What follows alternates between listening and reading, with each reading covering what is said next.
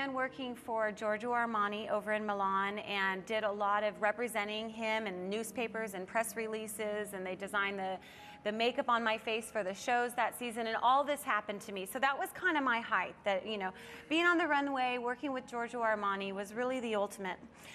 But even as I stepped off the stage, I remember looking around at the girls around me and thinking to myself, I don't know if this is really the best, you know, that this is really an arrival, because everybody seems so empty.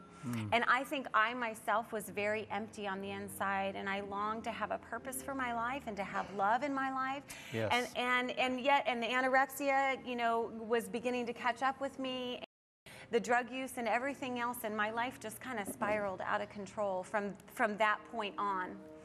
So what happened to turn your life around? I ended up on my knees. How did you know to do that? I think it's like a human instinct. You know, when things really emptied out, when things really bottomed out for me. In Milan, there are churches on every corner, and I would go running in the mornings and I would peek into the churches. And I got into the back of a church one day and I just said, you know what, God, I don't even know you. I don't know if you are real, but if you are, show up. You know, show yourself to me. God. And it was a train wreck after that. Everything got messy. I got everything stolen from me. I broke out into tremendous acne, which is, you know, a death sentence for a model. I had lost my health and my hair from the eating disorder, and it was just the perfect place to drive me to my knees. And God put people in my life. He showed up. He honored that prayer. You cried out and he showed up. I cried out and he showed up. And he showed up again, and he showed up again and again. Awesome. So how did your life change after you met the Lord? I got free, you know, I got free. I got free from my eating disorder, from that pressure to be perfect that was on me in the modeling industry. And that took a long time, because the pressure on women and girls is so intense today. So I went through a lot of counseling over the years. That was ingrained, I mean, in your brain and your mind. In my heart. Yeah, in your heart. Yeah, perfect equaled lovable.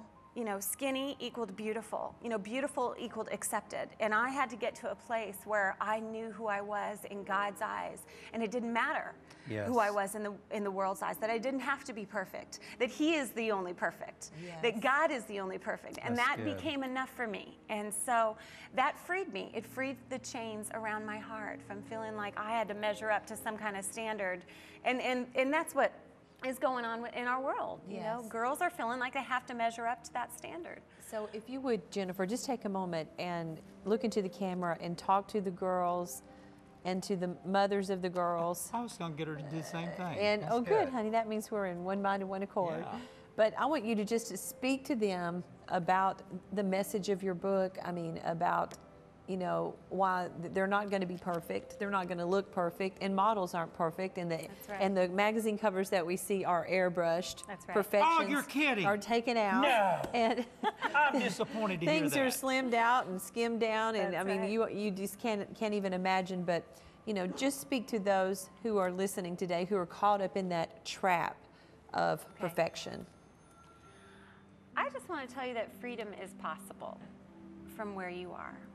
The world is screaming at you, and you young girls and your mothers, the world is screaming at you that you have to be perfect, that you have to have plastic surgery, that you have to get Botox, that you have to do all these things to somehow get to beautiful. And I am here today to tell you that God is the only one perfect in beauty. Yes. Psalm 50 verse 2 says that He is perfect in beauty. And we need to step back and let Him be our only perfect.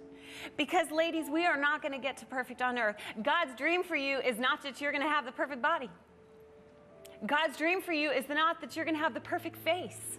God's dream for you is that you will know the only true perfect, and that is Jesus. And it really is. And you may doubt it because I doubted it.